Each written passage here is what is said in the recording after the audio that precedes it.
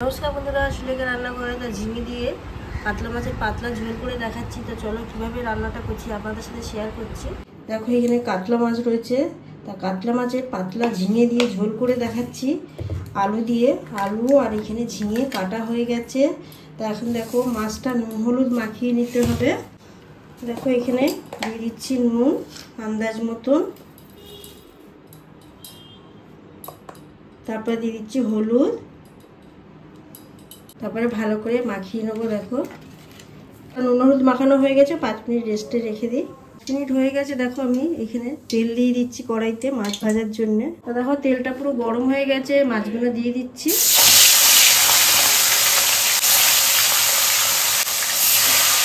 মাছটা দেখো ভালোভাবে এবারে হয়ে গেছে, একটু আর একটু উঠতে দিচ্ছি।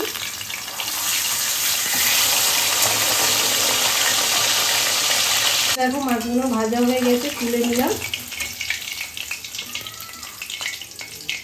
একদম ভাজা হয়ে গেছে। ওই মাছগুলো দেখো ভাজা হয়ে গেছে সব একদম।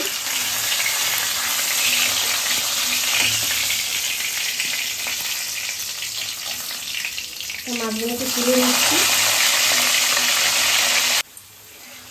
দেখো আলুটা ভাজা হয়ে গেছে, এবারে তুলে নিচ্ছি। একটু কড়াভাবে ভাজা হয়ে গেল আলুটা। এই তেলটাই রান্না করে নেবো, যেহেতু জ্যান্ত মাছ একদম। করে দিচ্ছি গোটা জিরে। জিরেটা হয়ে গেছে, দিয়ে দিলাম একটা তেজপাতা, তারপরে 1 চামচের মতন আদা,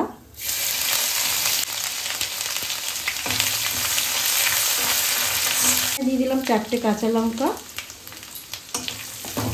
কাঁচা লঙ্কাটা চেরা আছে।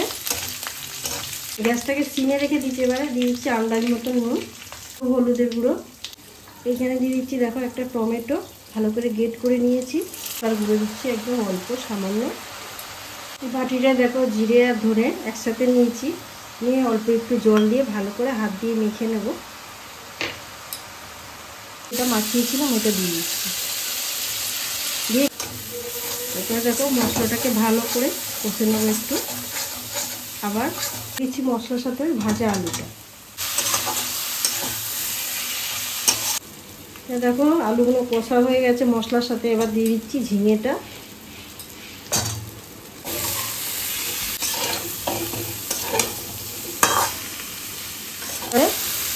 জল দিয়ে দিচ্ছি।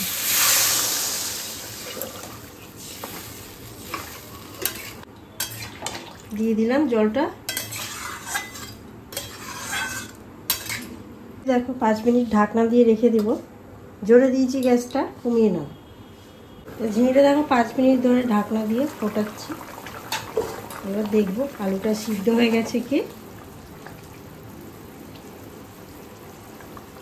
আলু সিদ্ধ হয়ে গেছে, আর ঝিঙেগুলো দেখো একদম বেশ সুন্দরভাবে নরম হয়ে গেছে। এবারে দিয়ে দেবো উপর দিয়ে মাছ।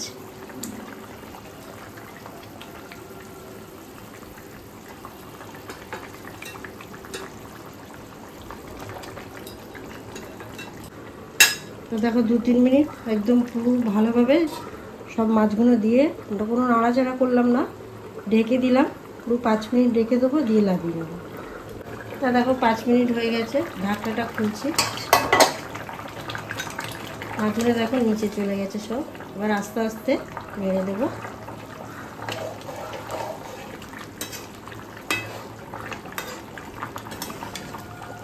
বেশি এবার দেখো ওপর দিয়ে একটু ধনেপাতা ছড়িয়ে দিই।